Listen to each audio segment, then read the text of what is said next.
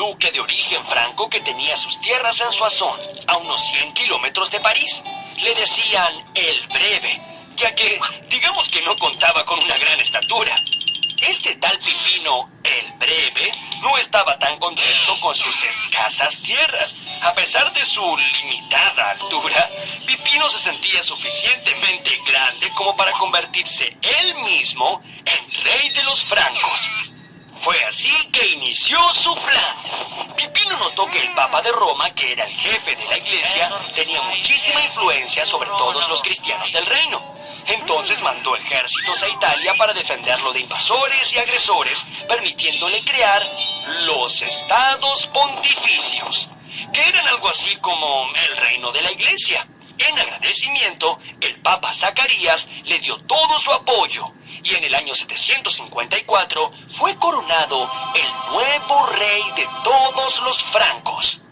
Pipino el Breve fue el padre de Carlo Magno. A diferencia de su padre, él era un hombre alto y robusto.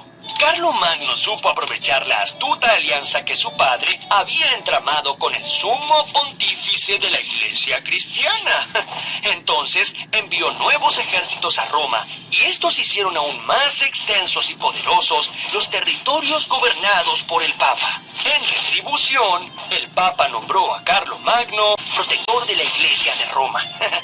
Con ese título, el gran rey de los francos se lanzó hacia el norte y hacia el sur, hacia el este y hacia el oeste, con el fin de conquistar, subyugar y cristianizar a todos los habitantes del continente europeo.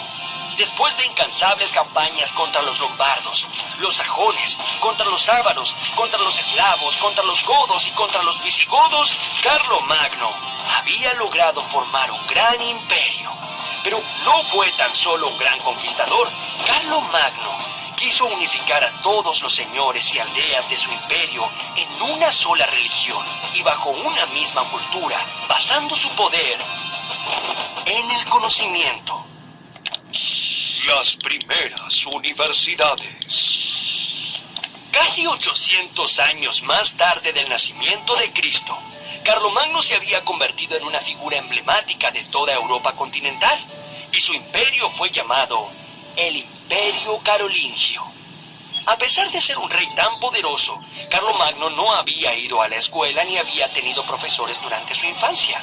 Es que, como ustedes saben, los nobles de esa época solo se ocupaban de luchar y conquistar territorios, y creían que elucubrar complejos cálculos matemáticos o filosofar acerca del mundo era una inútil pérdida de tiempo. Pero Carlomagno pensaba distinto, y a pesar de su escasa instrucción, tuvo una visión innovadora y completamente revolucionaria para la época. En su corte reunió sabios y poetas de distintas partes del mundo, a quienes invitaba para discutir sobre cuestiones que iban desde la importancia de Dios hasta el origen del mundo y de las estrellas. Él mismo aprendió a hablar el latín, que era el idioma de los antiguos romanos, y obligó a que sea enseñado en muchas iglesias y monasterios de su imperio. Los monjes tenían a su cargo documentar todos esos conocimientos universalistas que allí se enseñaban. Este fue el origen de las universidades, tal como las conocemos hoy. 2 siglos después de Carlomagno, de aquellos monasterios, nacieron muchas universidades, por ejemplo, la Universidad de Bolonia, en Italia, que fue fundada en el año 1088 y es la más antigua de Europa, o la de Oxford, en Inglaterra, que fue creada en el año 1096. Las iglesias románicas se caracterizaban por sus grandes bóvedas oscuras y frías, donde reinaba un clima apagado, que acentuaba el espíritu místico religioso. Pero también eran a siglos más tarde, allá por el año 1100 después de Cristo, un nuevo estilo comenzó a adueñarse de las catedrales de Europa. Es que los arquitectos comenzaron a diseñar iglesias con ventanas mucho más grandes, adornadas con vidrios de colores que representaban escenas de la vida de Cristo y que lograban un ambiente de gran luminosidad. Estas fueron llamadas catedrales góticas. El mayor milagro de las catedrales góticas era el uso de vigas de arco que desplazaban el peso hacia los costados. Sus enormes y luminosas bóvedas lograban sostenerse sobre columnas muy delgadas, generando grandes elevaciones en un espacio etéreo. El cambio del estilo románico al estilo gótico reflejó un cambio en la mentalidad medieval. Mientras que el románico se apegaba a la tierra, el gótico se elevó hacia el cielo, con sus altas e interminables torres que se elevaban para estar más cerca de Dios.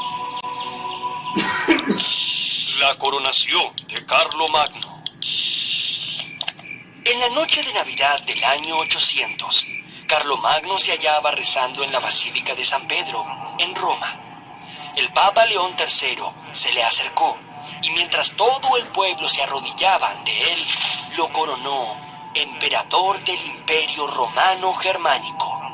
Así, el gran reino de Carlomagno se transformaría en un imperio que quiso hacer revivir la grandeza del antiguo Imperio Romano. La enorme diferencia era que los soberanos de este imperio no eran romanos, sino germanos. Sí, aquellos mismos que siglos antes habían destruido a Roma, pero que ahora, con sus estratégicas alianzas con el Papa, habían decidido cristianizar y volver a unificar a toda Europa.